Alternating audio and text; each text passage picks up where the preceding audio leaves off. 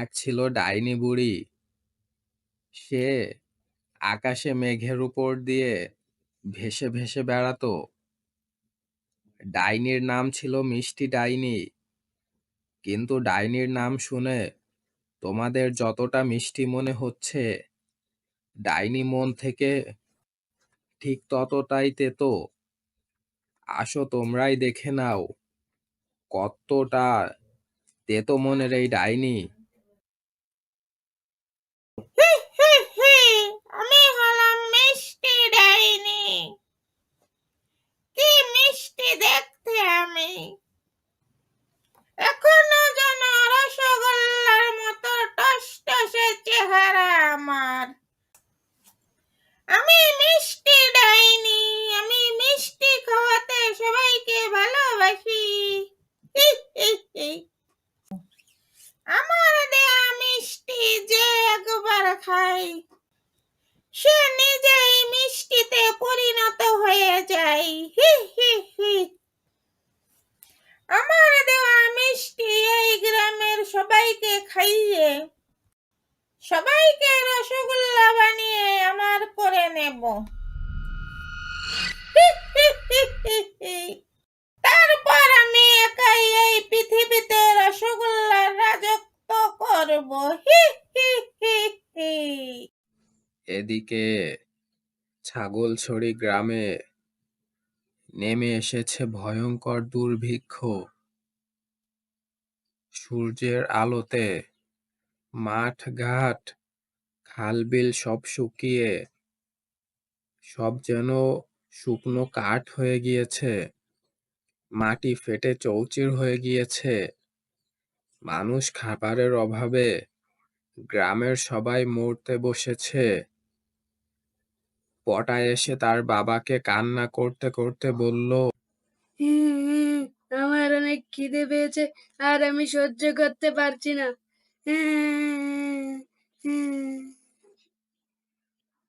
যেখান থেকে পারো আমাকে খাবার এনে দাও, আমি কিচ্ছু জানি না।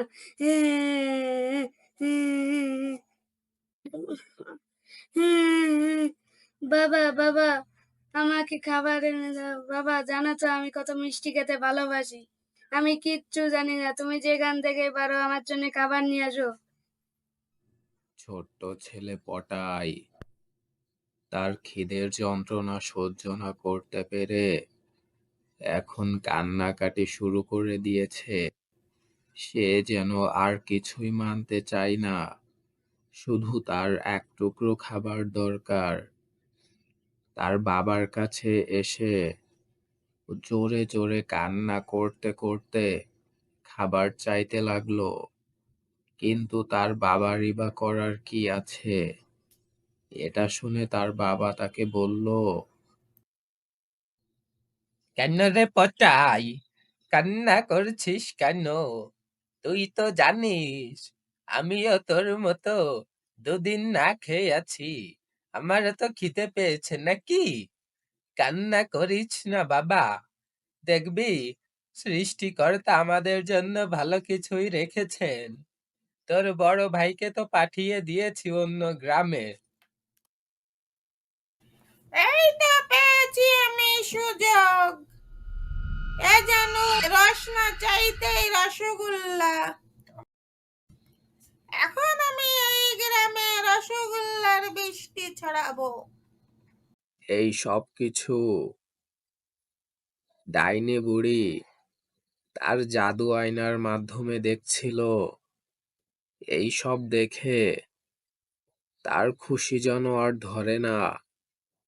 সে যেন আসমানের চাঁদ হাতে পেয়েছে। বুড়ি একটুও দেরি না করে তৎক্ষণাৎ গ্রামে চলে আসলো। গ্রামে এসে কি সব যেন ছড়া কাটতে শুরু করলো। এই রে, এই রসের মেঘ, সবাই এসে আমায় দেখ। এই মেঘ এসে যা, মিষ্টির বৃষ্টি দিয়ে যা। ডাইনি বুড়ি যখনই ছড়া কাটতে শুরু করলো, সব জায়গার কালো মেঘ যেন গ্রামের আকাশে এসে উপস্থিত হলো, যেন তারা ডাইনির সাথেই কাজ করে, ডাইনির গোলাম সব। ডাইনির ছড়াকাটা যেই শেষ হলো, শেষ হতে না হতেই গ্রামের আকাশে সবাই দেখতে পেল বৃষ্টি হতে শুরু করেছে। কিন্তু এটা কোনো নর্মাল বৃষ্টি নয়, এটা তো আকাশ থেকে রসগোল্লার বৃষ্টি হচ্ছে। রসগোল্লার রসে সব যেন টপ টপ করতে শুরু করলো, খাল বিল ভরে গিয়েছে। যে যার মতো রসগোল্লা কেড়ে করে খেতে শুরু করেছে। অনেকদিন পর সবাই যেন একটু খাবারের মুখ দেখলো।